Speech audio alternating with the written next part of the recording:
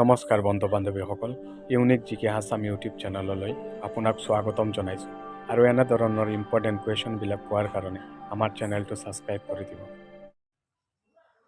কনকলতা বৰুৱা কোনটো আন্দোলনত ভাগ লৈ শ্বহীদ হৈছিল? অপশ্যন এ ভাৰত ত্যাগ আন্দোলন, অপশ্যন বি অসহযোগ আন্দোলন, অপশ্যন চি স্বদেশী আন্দোলন, অপশ্যন ডি অসম আন্দোলন।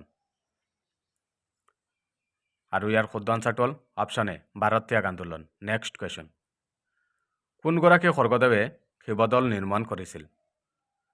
Option A Rudra Singha, option B Pramatta Singha, option C Gadadhar Singha, option D Shiva Singha. আৰু ইয়াৰ শুদ্ধ আনচাৰটো হ'ল option D Shiva Singha. Next question, কাৰ শাসনকালত নৱগ্ৰহ মন্দিৰ নিৰ্মাণ কৰা হৈছিল?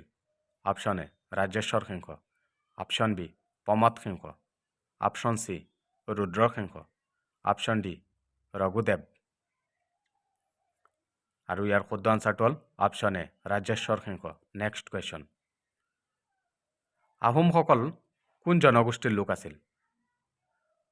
অপশ্যন এ মিচিং জনগোষ্ঠীৰ লোক, অপশ্যন বি মটক জনগোষ্ঠীৰ লোক, অপশ্যন চি টাই জনগোষ্ঠীৰ লোক, অপশ্যন ডি বড়ো জনগোষ্ঠীৰ লোক। আৰু শুদ্ধ আনচাৰটো হ'ল অপশ্যন চি টাই জনগোষ্ঠীৰ লোক। নেক্সট কুৱেশ্যন, কুশল কোঁৱৰক ক'ত ফাঁচি দিয়া হৈছিল?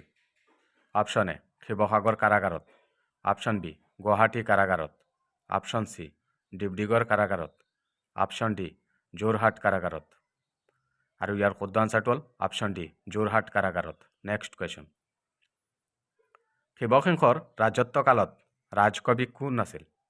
Option A Ram Saraswati, option B Ananta Kandali, option C Kaviraj Chakravarti, option D Hem Saraswati.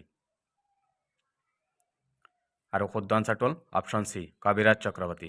Next question, Piyoli ফুকনক কিমান চনত ফাঁচি দিয়া হৈছিল? অপশ্যন এ 1820 চনত, অপশ্যন বি 1830 চনত, অপশ্যন চি 1831 চনত, অপশ্যন ডি 1826 চনত। আৰু ইয়াৰ শুদ্ধ আনচাৰটো হ'ল অপশ্যন বি 1830 চনত। ভিডিঅ'টো ভাল লাগিলে লাইক কৰিব, চেনেলটো ছাবস্ক্ৰাইব